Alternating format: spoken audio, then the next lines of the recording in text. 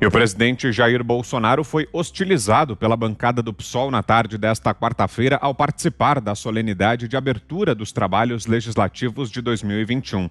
Ele foi chamado por parlamentares da sigla de oposição que usavam camisetas e portavam faixas de fascista e genocida.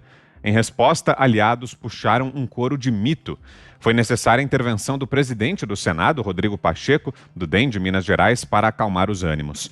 Antes de começar seu discurso, que foi lido, Bolsonaro lembrou que foi por 28 anos deputado, mas que nunca desrespeitou autoridades que ali estiveram e arrematou: "Nos encontramos em 22". Vamos acompanhar.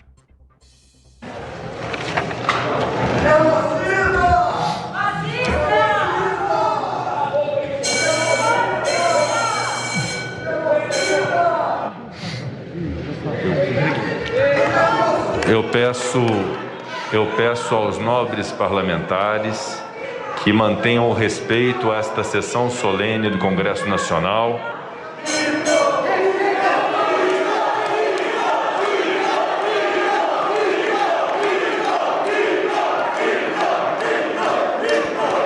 Estivesse presente nesse momento.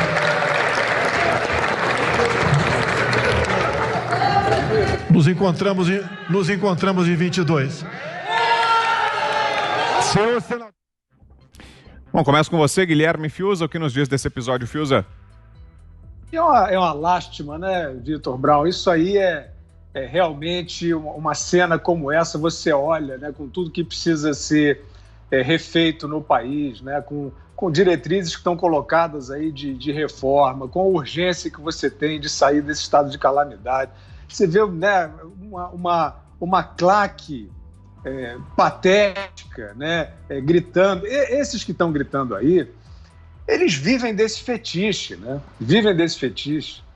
Se o Bolsonaro saísse da política amanhã, esses personagens aí iam afundar num vazio existencial, né? Eles vêem a figura do Bolsonaro, a caricatura, né? Eles são tarados pelo Bolsonaro, né? Eles não veem o Brasil, eles estão de costas para o Brasil. E é claro que eles, né, esses que estão aí gritando, né, quer dizer, esse jardim de infância, né, ele é uma parte só disso, a parte aí mais histriônica. Mas nós vimos, Vitor, no processo aí de sucessão na Câmara e no Senado, vários outros que são supostamente aqueles representantes de agendas liberais, por exemplo, nesse mesmo fetiche aí. Eles só pensam em Bolsonaro. Eles dormem e acordam, né, com esse fetiche. Né, nós vimos vários deles, estamos vendo. Né, assim, se vocês quiserem, eu posso nominar também, não tem problema nenhum, mas é porque é chato. A gente está numa epidemia de gente dedurando gente, né, que é melhor não falar, mas o público haverá de reconhecer, né? Gente que sempre sustentou essa pauta, né? Que sempre afirmou que a reforma da Previdência era a única chance de reabrir o futuro do país. Essa reforma, importante, vital para os brasileiros, foi feita por esse governo, proposta por esse governo e feita junto com o parlamento. Qual é o problema? Vocês estão sofrendo de quê? Então temos uma agenda importantíssima pela frente. Eu não estou mais falando de PSOL, né? Porque isso realmente a gente fica só nessa parte aí psicanalítica. Isso aí é Freud, não dá para comentar. Mas esses aí, supostamente defensores do área liberal, né? Você tem reformas consistentes, sólidas, propostas por uma equipe que eles sabem que é sólida. E nós vimos no processo sucessório eles ali tentando comparar esse governo com o governo do PT, com o governo do mensalão. Vitor, enquanto o país não sair dessa adolescência, né, desse narcisismo estranho, né, e isso não é só no bolsonarismo, não, tá? Isso é desde o período Temer. Desde o período Temer, nós estamos vendo aí desses partidos que se dizem centro-liberal, centro-esquerda, sei lá o que eles, os nomes que eles botam. A gente tem visto as vozes que seriam as vozes da responsabilidade fiscal, da reforma do Estado, da desintoxicação da máquina pela militância, né? Aqueles que sempre foram dessas vozes, vendo isso ser feito no governo de transição do Temer e fechando os olhos. Fechando os olhos, não está bom não está legal não, vamos falar das minorias e tome panfletagem. O Temer já era como é que é? O Nosferatu, né? O vampiro da elite branca e velha. Eles estão de clichê em clichê, né? E aí eu já estou falando de gente instruída, de gente que tem até serviços prestados ao país. Então, essa cena que nós vimos é para esquecer. Quem tem juízo, né? Quem quer olhar, quem não gosta desse rame-rame de política e sente a imensidão da responsabilidade que todo o país tem para sair desse buraco, dessa crise sanitária terrível, tem que esquecer essa cena que nós acabamos de ver, ou tem que considerar isso algo completamente distante daquilo que você tem que ser, que você tem que exercer, que você tem que discutir na sua vida. Augusto. Esse pessoal, no passado, que são todos iguais, tá? Aquela geração não difere dessa, do século passado, eles foram contra o Plano Real, contra a Lei de Responsabilidade Fiscal, contra as privatizações, continuam, né? Contra a reforma da Previdência, roubaram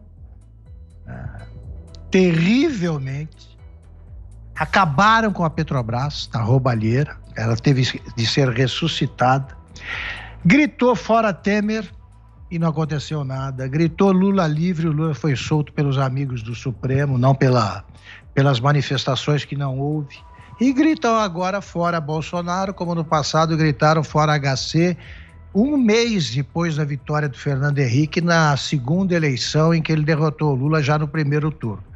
Eles não têm bandeira e não têm muitos neurônios na cabeça.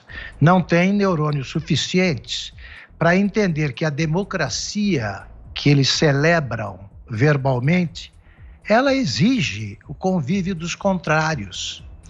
Quem estava hoje no Congresso era o presidente da República. Não era o inimigo Jair Bolsonaro. Então, quem numa cerimônia dessas grita fascista, né, e genocida, eles que tentassem fazer isso com o Benito Mussolini, que instituiu na Itália o verdadeiro fascismo.